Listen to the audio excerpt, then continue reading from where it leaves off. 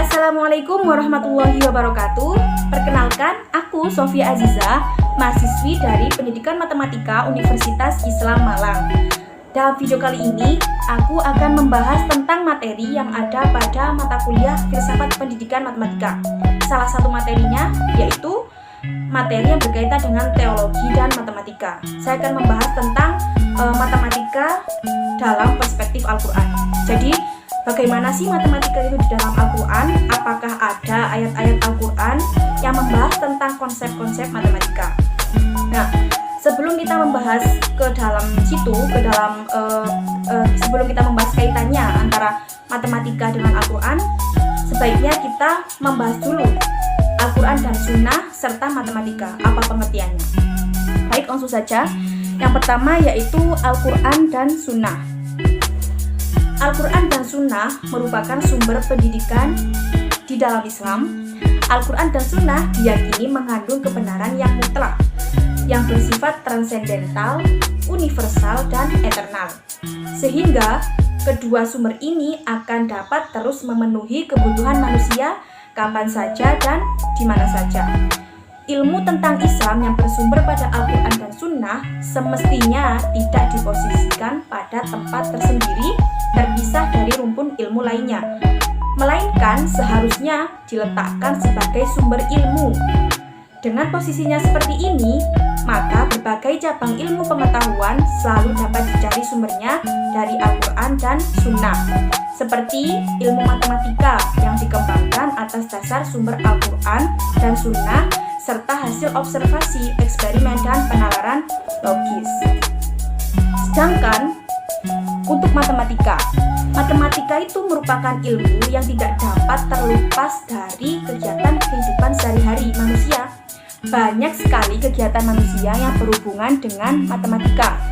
Contohnya saja ketika kita melakukan transaksi jual beli. Misalnya, kita ingin membeli suatu barang yang berharga 10.000. Kemudian kita bayar dengan uang 20.000.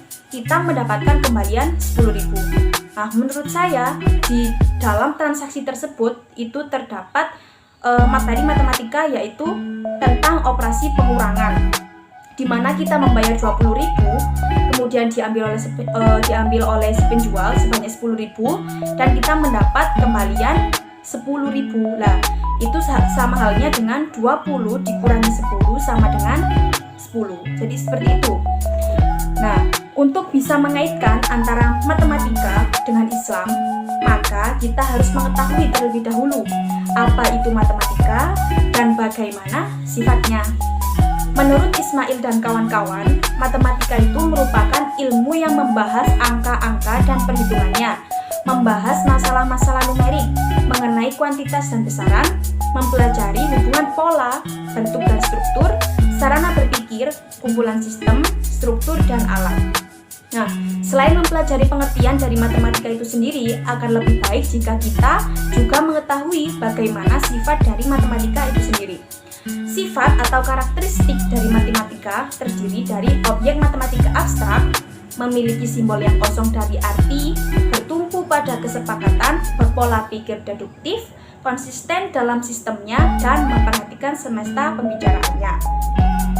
Keberadaan simbol ini memberikan peluang yang besar kepada matematika untuk digunakan dalam berbagai ilmu dan kehidupan nyata. Seperti contoh simbol 1, 2, 3, dan seterusnya. Simbol tersebut tidak memiliki makna apa-apa, akan tetapi ide bilangan 1, 2, 3, dan seterusnya ada di dalam ide seperti banyaknya benda yang dimiliki oleh seseorang berjumlah 2 dan sebagainya. Nah, itu tadi adalah pengertian dari Al-Quran dan Sunnah serta matematika. Sekarang kita akan membahas tentang kaitannya antara Al-Quran dengan matematika. Bagaimana sih kaitannya? Apakah ada ayat-ayat Al-Quran yang membahas tentang konsep-konsep matematika? Kita bahas. Langsung saja. Nah, Islam merupakan agama yang berpegang teguh pada Al-Quran dan Sunnah. Al-Quran merupakan kitab istimewa yang menjadi pedoman umat Islam.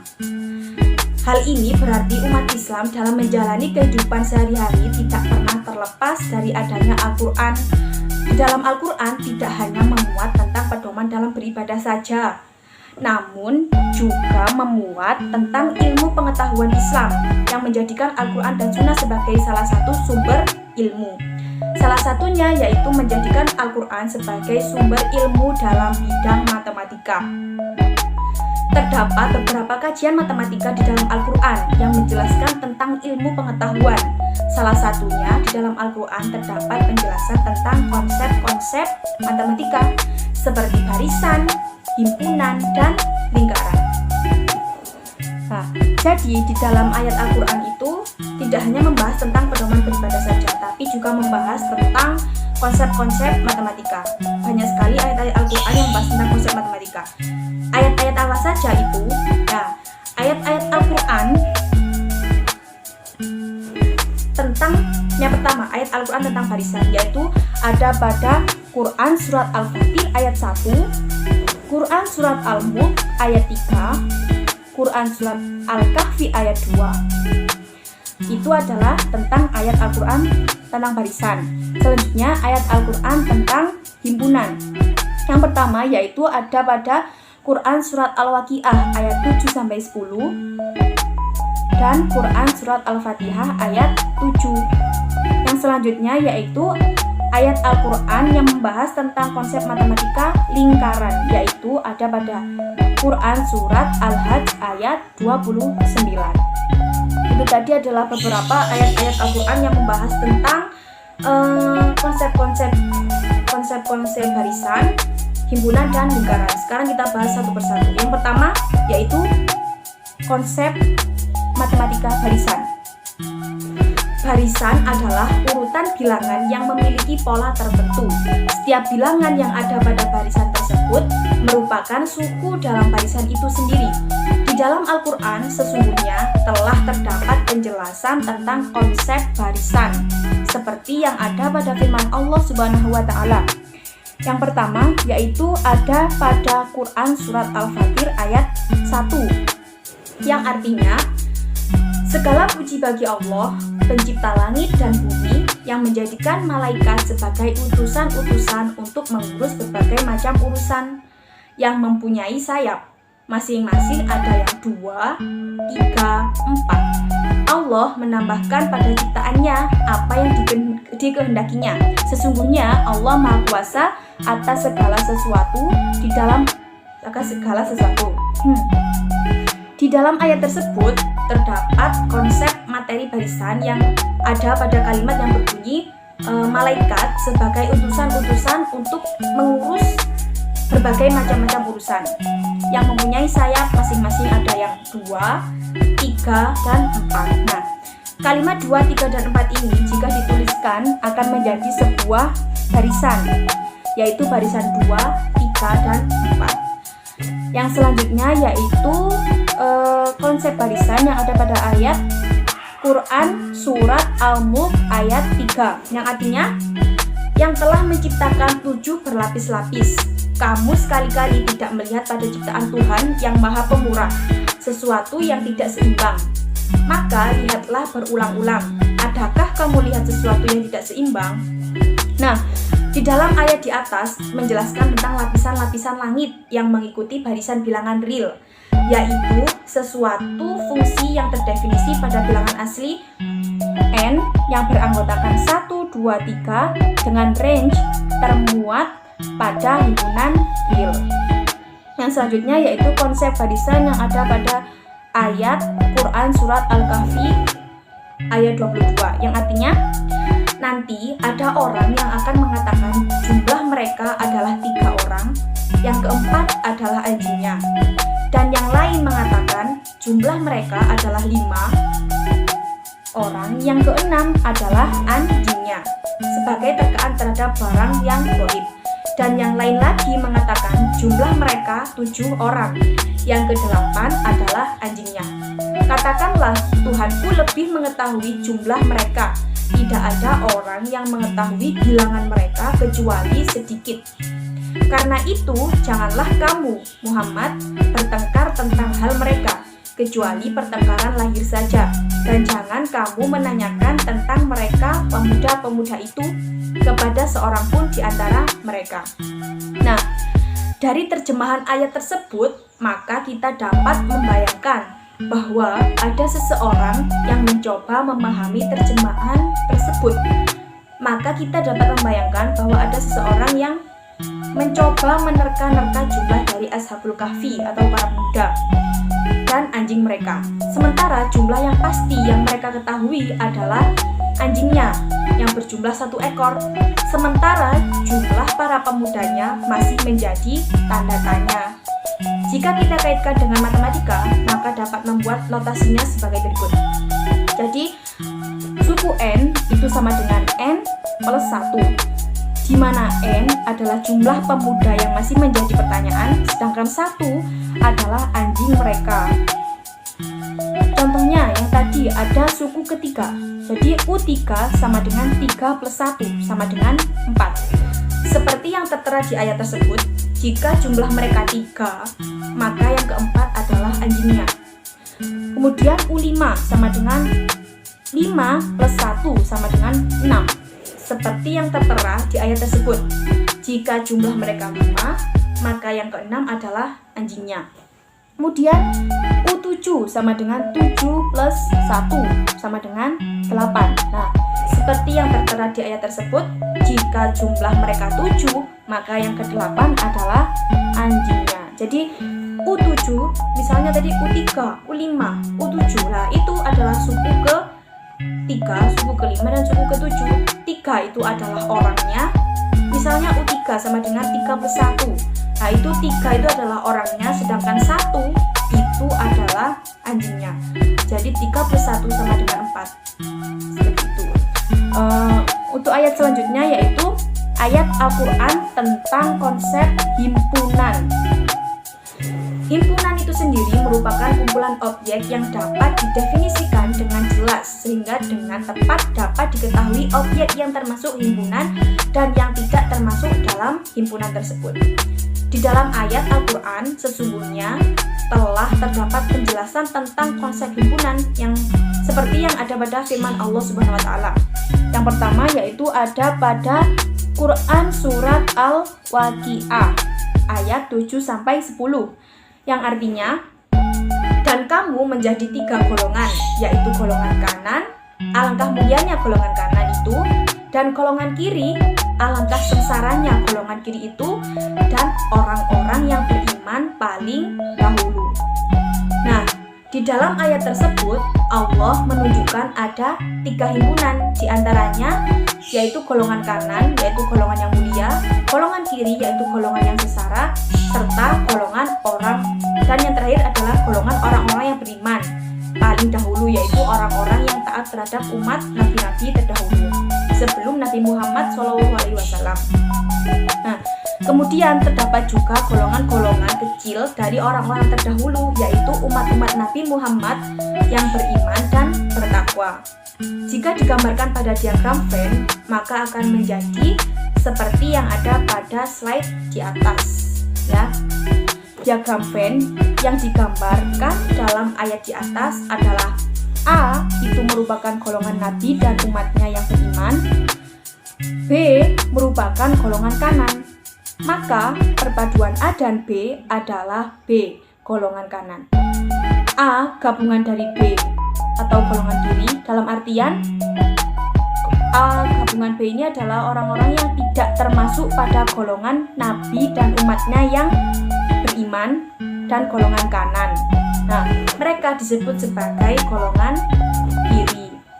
Selanjutnya yaitu ayat Al-Quran tentang himpunan, yaitu terdapat pada ayat Quran surat Al-Fatihah ayat 7 yang artinya yaitu jalan orang-orang yang telah engkau beri nikmat kepada mereka, bukan jalan mereka yang dimurkai dan bukan pula jalan mereka yang sesat.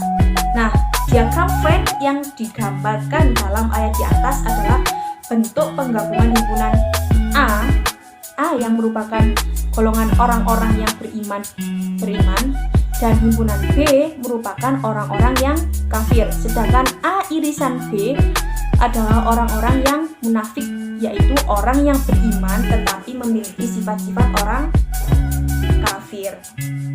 Yang selanjutnya yaitu kita akan membahas tentang ayat Al-Quran tentang lingkaran. Yang pertama yaitu lingkaran sendiri itu artinya adalah kumpulan titik-titik yang membentuk lengkungan tertutup, di mana titik-titik pada lingkungan tersebut berjarak sama terhadap titik tertentu. Titik tertentu itu disebut titik pusat. Di dalam Al-Quran sesungguhnya telah terdapat penjelasan tentang lingkaran, seperti yang ada pada firman Allah Subhanahu wa Ta'ala. Nah, di dalam ayat Al-Quran, ayat yang membahas tentang konsep lingkaran itu adalah salah satunya Quran Surat Al-Hajj ayat 29, yang artinya, kemudian hendaklah mereka menghilangkan kotoran yang ada pada badan mereka, dan hendaklah mereka menyempurnakan nazar-nazar mereka, dan hendaklah mereka melakukan tawaf sekeliling rumah yang tua itu. Nah, di dalam agama Islam itu sendiri terdapat ibadah tawaf, yaitu mengelilingi Ka'bah yang merupakan rukun haji. Tawaf merupakan ibadah dengan berjalan keliling yang membentuk lingkaran dan melakukan sebanyak 7 kali.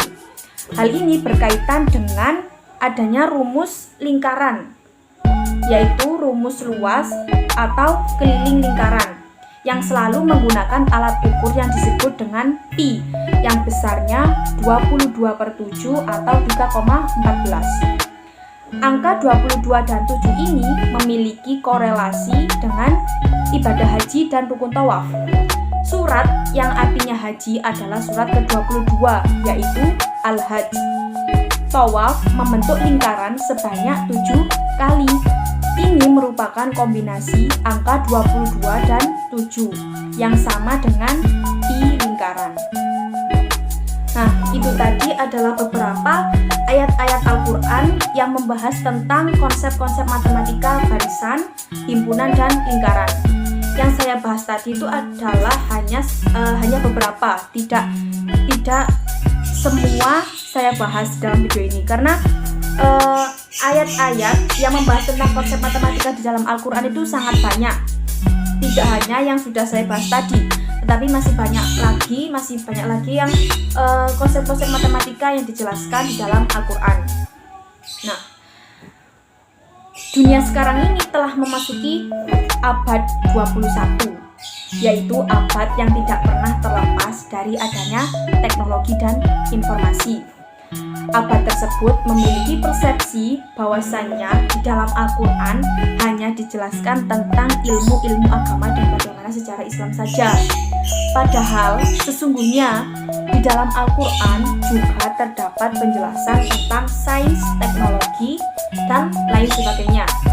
Ilmu pengetahuan di dunia telah dibagi menjadi 3 golongan, yaitu ilmu sains, ilmu sosial, dan ilmu humaniora.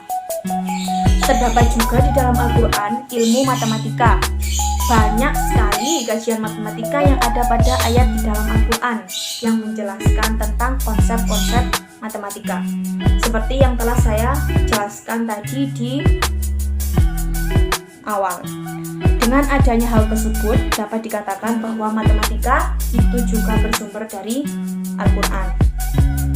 Itulah tadi penjelasan tentang matematika dalam perspektif Al-Quran yang bisa saya sampaikan.